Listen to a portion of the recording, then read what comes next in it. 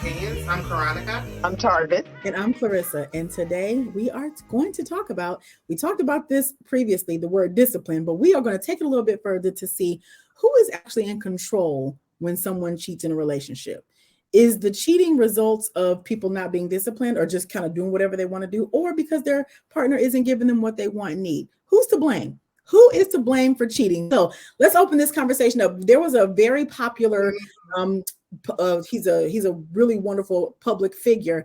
We will insert a clip of his video here that prompted this conversation, where he is going into detail on how cheating has nothing to do, when a man cheats, it has nothing to do with a woman. It has nothing to do with what you're not doing, what you look like, or this or that. Only that man can keep himself from cheating. I don't care how often you suck his.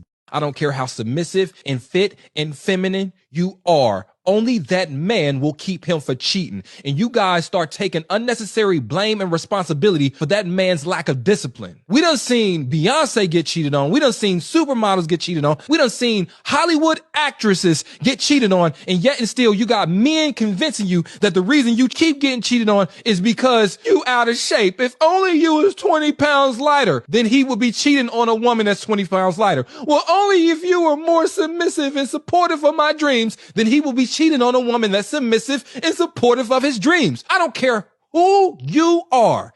A man is going to cheat if that's what he wants to do. So quit internalizing that behavior, making it seem like it was something you could have done differently. Well, I cheated because you just wasn't there for me. So now that we've had a chance to look at that video, Tarvis, you're reeling. Tell us what are your thoughts? Where did your mind go? Yes, let's get into it. Let's get into it.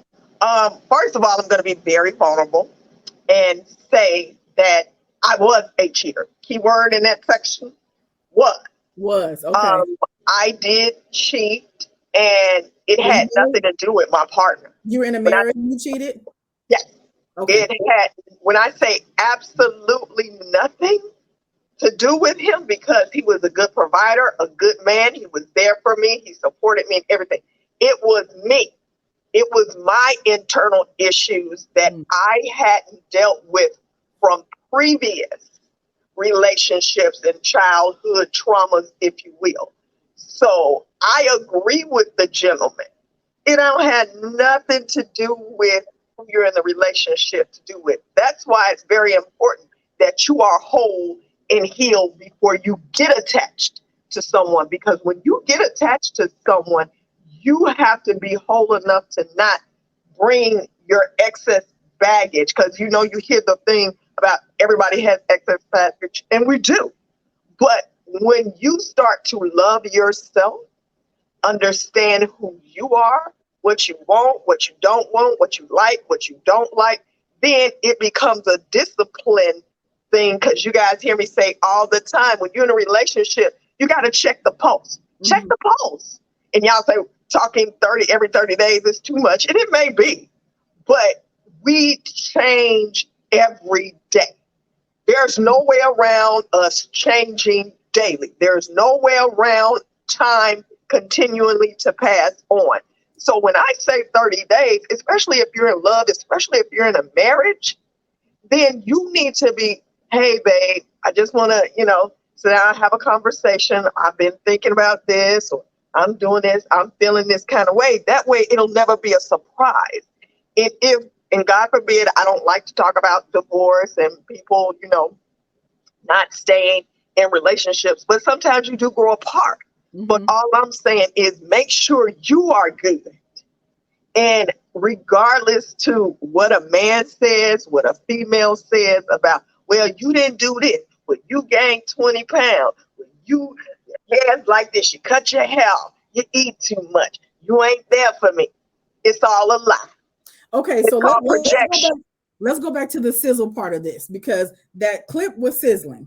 And you came into the gate saying, look, I know exactly what he's talking about. And that's true. It has nothing to do with the partner. But when you decided that you were going to step outside of your marriage, you weren't maturely saying, well, my partner's an amazing partner, I just want to do something else today. You didn't do that then. Now you're years later, now you realize it was insecurities. It was baggage from my own past. So what were you telling yourself that your spouse wasn't doing? What were you, as the person who stepped out, telling yourself that your spouse wasn't doing to make you okay with stepping out?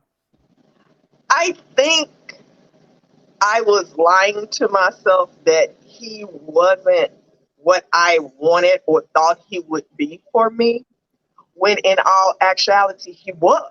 Mm-hmm. I didn't know how to receive it. What did rationalizing you, it. Okay. yeah. What did you I- want? What did you receive that he was being? What did you perceive that he was being? I mean, he was there. He was caring. He was taking care of me. He was holding me. He was telling me he loved me.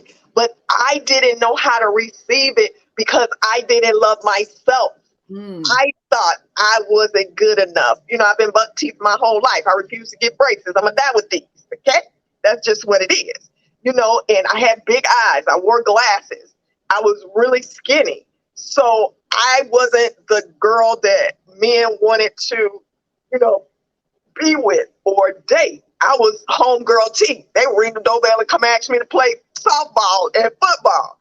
So You know, even though you had a whole husband who was hugging you and telling you all of these things, you still, even with all the action, because what your husband was doing was being what we've talked about previously, corny behavior, you know, but what really is good man behavior. But even with all of that reassurance, the physical touch, the words of affirmation, even with all of that, your past helped to overwhelm you to the point where you were still able to see something else, even though what you wanted was happening. You weren't in a position to maturely be able to see that that's what you needed. That's why I said it.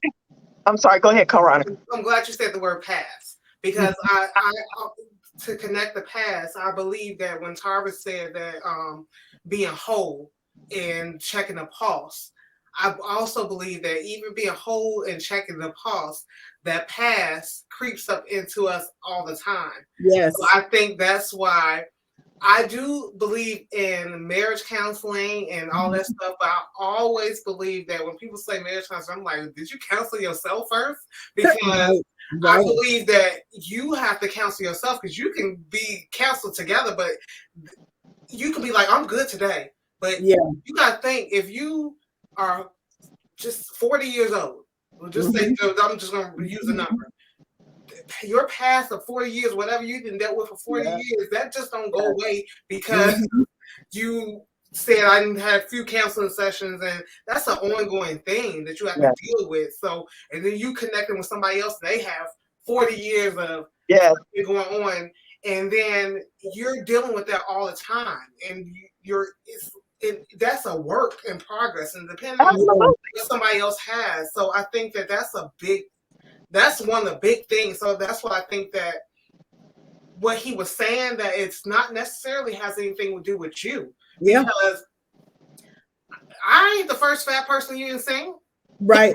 I ain't the first person that they got on your nerves. I ain't the first person you didn't fold clothes like this. I'm not the first person. I mean, you got to think of people when you look at the people in people's lives, but people do mentally, and I don't even think that people know that they do it. But mentally, they make people try to make you believe that you are this thing that, oh, I can't believe you did this, and you looking like, and you then in your mind you rationalize everything around you. The people that you know that then you like, so I'm the worst. Yeah. So what you're talking about is, and this is so good because these things are tying into other things.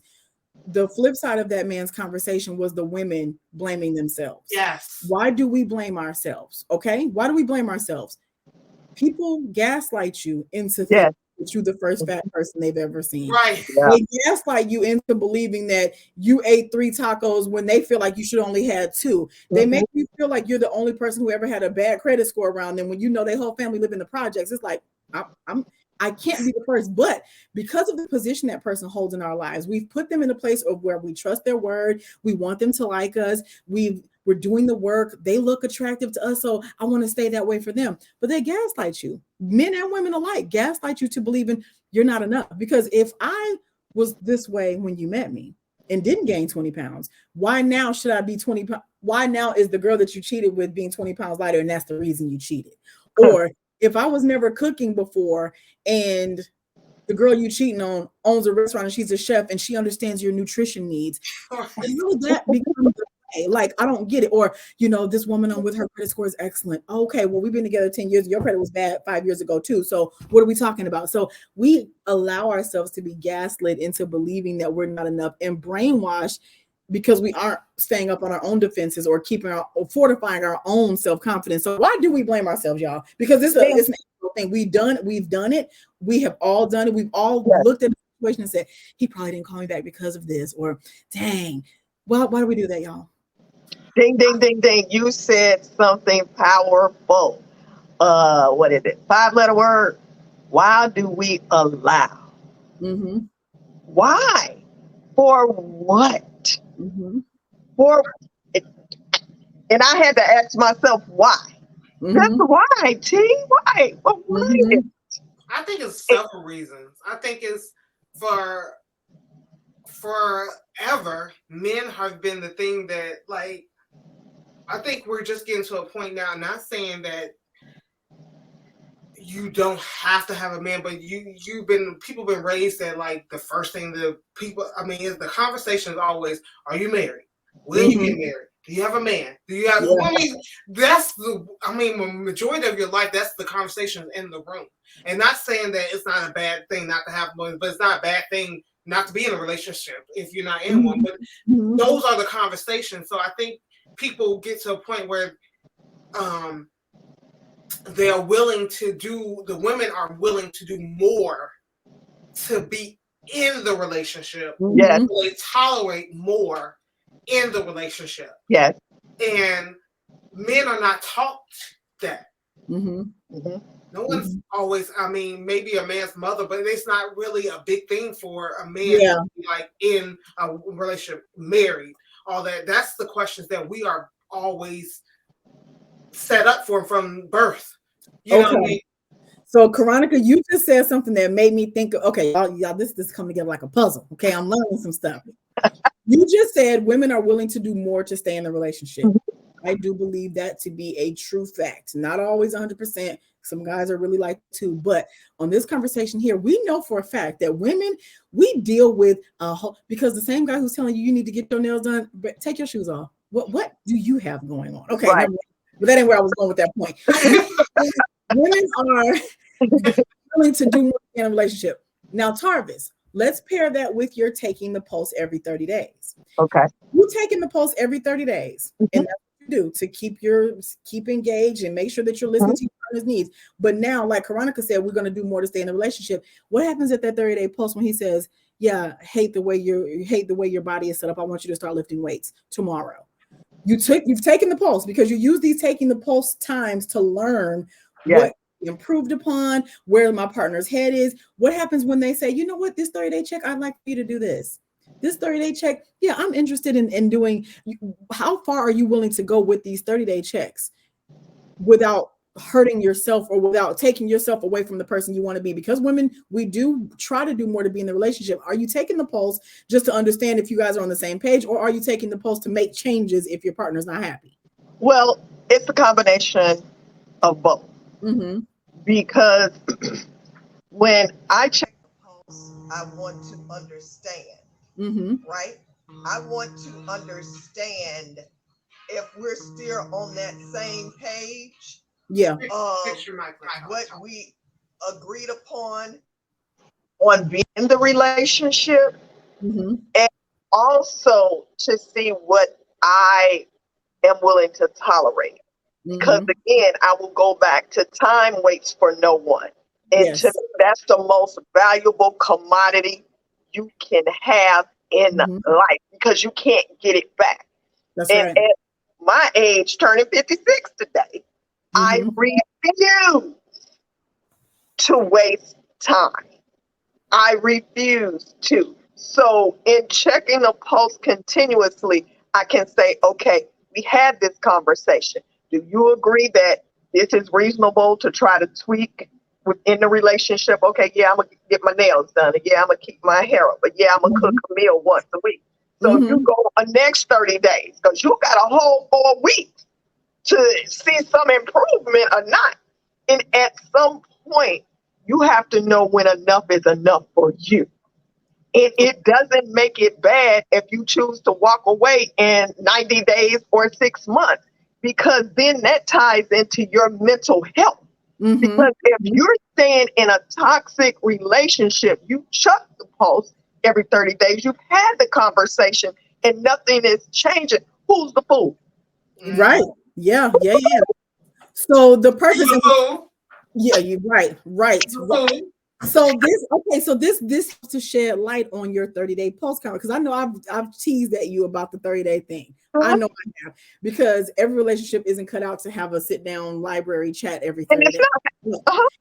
With the 30 days, you're not saying every 30 days for you to become a new person or to put all these new rules in there. It's just a pulse on to see if we're still understanding or we still have the same goals. And if not, this is possibly time to start building an exit strategy, because our last 3 30-day post conversations, we've been on separate pages. So are you using those as a tool to learn what your partner wants and how to keep the marriage going successfully, and also a tool to say, we may be coming to the end of this? So the 30-day thing is not just to tap dance and stay there for your partner. It's to evaluate the vitality of the relationship and to see if it even has life left in it.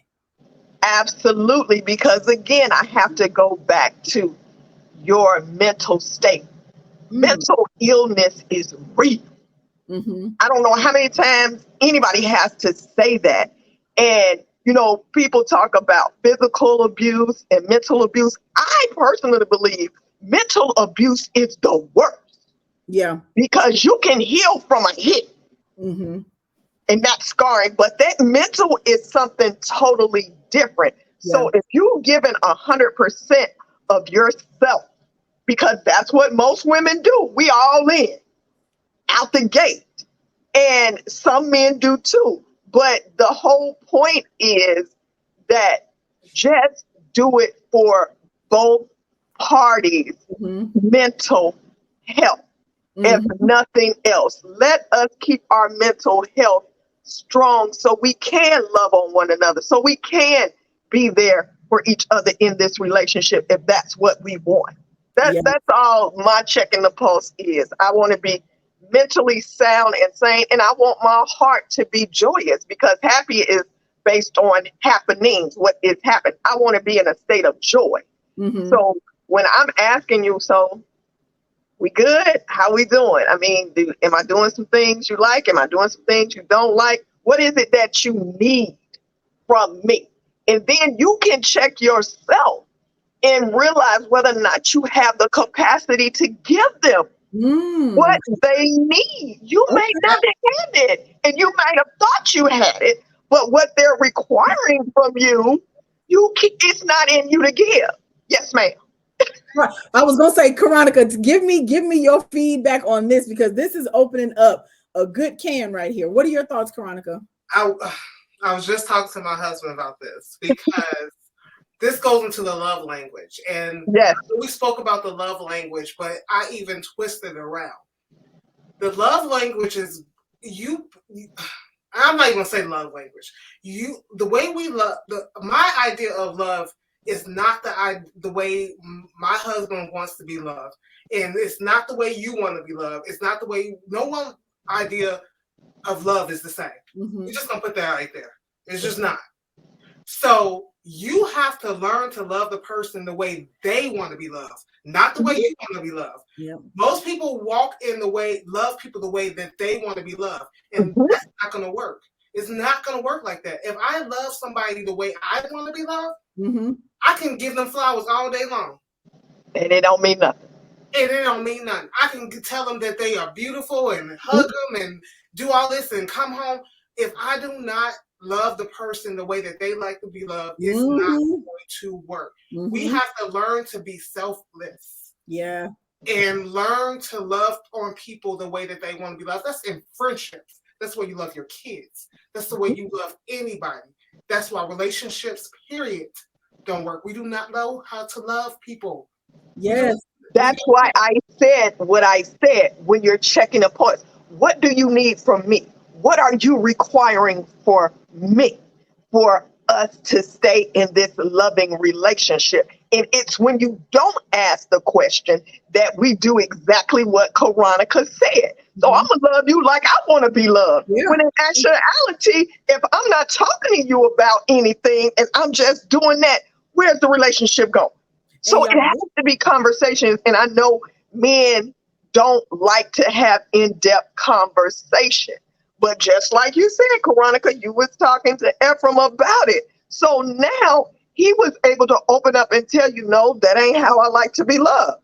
Maybe this is how I like to be loved. So now you had to check Caronica to see if Caronica had the capacity to give him what he required so you guys can have a healthy relationship.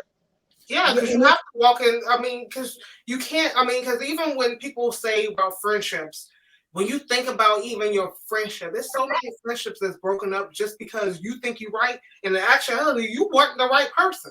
No, you just didn't know how to love your friend because you were being selfish. And if you be honest with yourself, you were the selfish ones. And some of us need to go back and apologize to some of our old friends because you were the selfish one in this. That's growth because. Sometimes we're so into us. Oh, I was just busy. She didn't understand I'm busy. I have 5 kids. No, you have 5 kids, but you still need to make time for the relationships you say that you love. Or she makes time for you with you when you need something for your 5 kids. Come on now. Yeah. You preach. Exactly. So, I mean, we have to, I mean, and that's growth. But when you, sometimes you have to sit back and I don't know, sometimes you lay in bed, you look at me and be like, dang, it's like those moments you have, you be like, actually, I was wrong at that moment. You know what I mean? But because a relationship is a relationship. It's just different types of relationships. Because y'all talking about this even makes me think about child rearing. Who you are as a person is completely different than who you marry. It's completely different than the siblings you have. My mom has 4 children. We could not be more different. Every single one of us is a completely different human being. Even if for parents who have multiple children, y'all, that's 4 different personalities. That's 4 different discipline styles. There's 4 different love languages. That's 4 different everything. My husband's love language, we have points 2 and 3 in common if you take the test. We have points 2 and 3 in common, but his number 1 and my number 1 are vastly different. So while we both have supporting similarities, the front runner for me is words of affirmation. My husband's is gifts. He likes to receive gifts. So for me, if I'm a person who likes positive affirmations, and that's at the bottom of his, my husband could not care less if you tell him how great he is. He doesn't need your pat on the back to move forward. Where me, if you say, babe, that was the best lasagna I ever had in my life, I'm like, really? I like hearing positive things about actions that I've done because it makes me feel good. But for him, he don't care about that. He gonna make the food, he gonna make it. If y'all liked it, cool. If not, then make you something else. But for him, for me, gift giving I don't care. It could be my anniversary, it could be anything.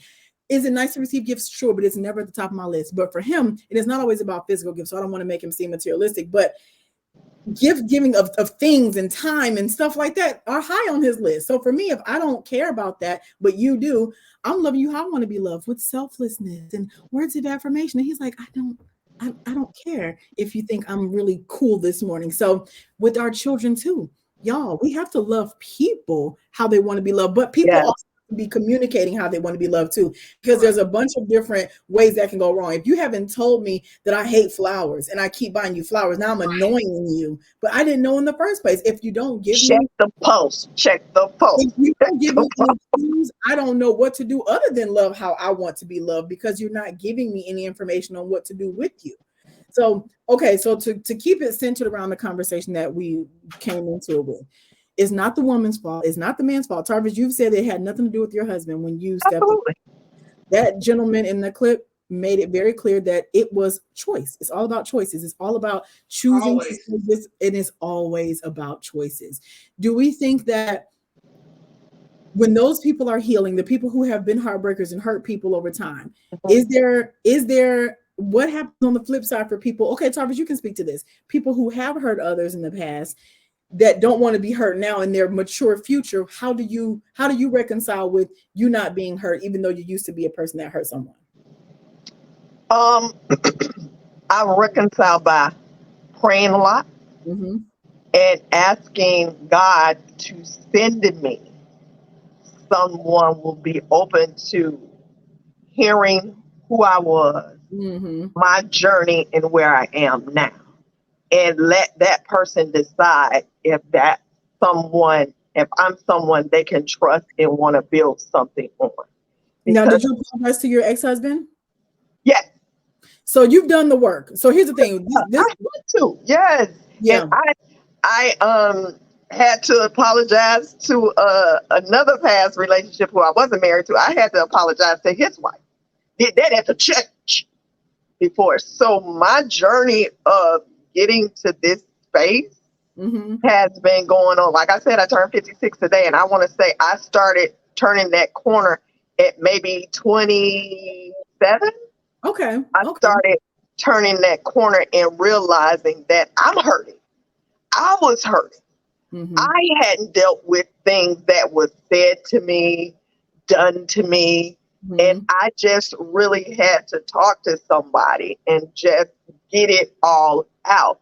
Because the therapist that I had been seeing, she said, there's nothing wrong with the way I love. And she said, you don't need to stop loving the way you love. You just have to put boundaries in place. Because you don't have to continuously deal with those type of situations that may be triggers for you. See, I love hard, but I don't have to stay in that, because Caronica said, I think on our last podcast, about staying in a relationship. Oh, you got to have a boyfriend, and you got to have a husband when you're going to get married. And what I really found out is that when you take time by yourself, I mean, truly just being with yourself, you realize what you like, what you don't like, what you gonna do, what you ain't gonna do, what you gonna tolerate, what you ain't gonna tolerate. And that makes a difference in the choices of who you decide to allow to be a part of your spirit. So right now you've been more on the good side of things than you were. So you have more years of the understanding, mature, I've atoned for my past. You got more years of that than you do of the other part, right? Absolutely. Okay. Absolutely. Good. Because people say, well, you know, everybody's not like you. Everybody can't be alone. Say what? You came in this world by yourself unless you was a twin. So that makes no sense to me. I'm like, but you got to know you, though, before you can connect you with somebody else. I think that I agree with you. I think that is a mind frame that has been built in us, because some people truly stay in stuff because they cannot, for things of embarrassment, for things of some people almost got to get dumped just to get out of situations. Like, yes, they have to be forced out of situations. And I can't pinpoint what the reasons about. I know, just being as women, you know, that's just been pinned, because talking to my friends and, you know, just listening to stories, that's just something that's been embedded into our heads throughout our lives, you know what I mean? So some of us have, you know, came out of it, you know, and then some people are still in it, where they're just like, you know, like you said, you have people who say, I can't be by myself, and then some people like, girl, I don't have a problem with it, you know. Because I think that's sad all the time, but you know, it just depends. But even going back to the cheating situation, what he said in the video, even with checking the pulse, even with loving somebody the way they want to be loved, if they gonna do it, they gonna do it. Yeah, that's true. That's true. You can't stop it. You can't stop it. You can't stop it. So it's who they are. It's who they are innately. People make choices. Like, it's almost like when you send your kid to school and you like, don't do this, don't do that, don't do it. You tell them all the don'ts to do that. Like, get on the bus. Don't say that. Ignore them.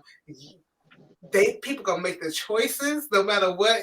It's nothing you can do. So no matter, you check the phone, ride behind them, spy on them. Yeah. What's all the things people do? Facebook, all the things that people do. People do what they want to do, because it's a choice. Like you said, these are choices. No matter what you're doing, you could be the greatest person in the world. They're gonna make the choice to do it because people make decisions. It's a decision. They analyze this situation and they've decided, am I gonna do this? Is it worth it? Yeah. So what we have grown to understand that there are two sides to this story, and both of them are contingent upon self. If you are the cheater and you're the person who's going to make the choices to step outside of your relationship and hurt people, then you have to learn to exhibit self-control and self-discipline. Yes. If you're the person who's been cheated on and are in the situation where you're in a place of pain, you have to make a point of self-dignity and self-care, because you have to, and just self-control for all of it, but don't demean yourself because somebody else doesn't have an understanding of their healing process, and don't hurt other people because they are vulnerable and easy to hurt. So it's all about being self on either side. If you want to not be a bad person anymore, or be a person who stepped out, because not all people that step out on the relationship are necessarily bad people. There's trauma, triggers and things like that. So we understand that. But on the flip side, don't be the victim at home constantly getting victimized because your person still isn't done with their healing yet. Right. So there's a bunch of different things, but at the end of it all centers back to, like Caronica said, like Tarvis said, self-control, self-awareness, self-desire, whatever. It's all about you. So yeah, those are the things to take away. Yes, I agree. I agree too. Love thyself first. Yes, that's all I'm gonna say. Love thyself first unconditionally. That's it. And then you'll be better for it. So you'll have the capacity to allow somebody else in your personal space. Yes. And we need to get some therapy. Yes. Everybody. And there's nothing wrong with that. There's nothing wrong with therapy, guys. Let me tell you. Because therapy is really good though. Because it is. And it's not always therapy is not always needed because you're broken. No. It brings light to things that you like, because like I said, when you was sometimes like just having these conversations is therapy, because like I was saying, it takes you sitting here thinking of childhood moments like, oh, it actually was my fault. I need to apologize for that. It makes you take ownership of things that you was playing the victim of, and you actually was not a victim. You were actually the problem in the situation. So it makes you take accountability for certain situations in life, and then it lets you know what you need to do better. So that's what therapy does, because it makes you be self-aware. And that's everybody join in this conversation and let us know in the comments. Do you go to therapy? Why is therapy important? And if you didn't go to therapy, but you discovered therapy, what flipped it for you? What made you say therapy is a thing? Because I do believe, like Caronica said, people who want to go to marriage counseling, have you done individual counseling? Because that's a whole thing. You don't even have to be in a relationship to need counseling, because navigating through life can be a challenge. There's so many reasons. So if you believe in therapy, raise your hands in the comment section and let us know why therapy is good, and where, if you have a good therapist, I don't know if you want to tag them because they get 18,000 emails, but if you have a recommendation for somebody, or you need a recommendation, drop it in the comments and we'll see what we can do to connect you with a resource in your local area.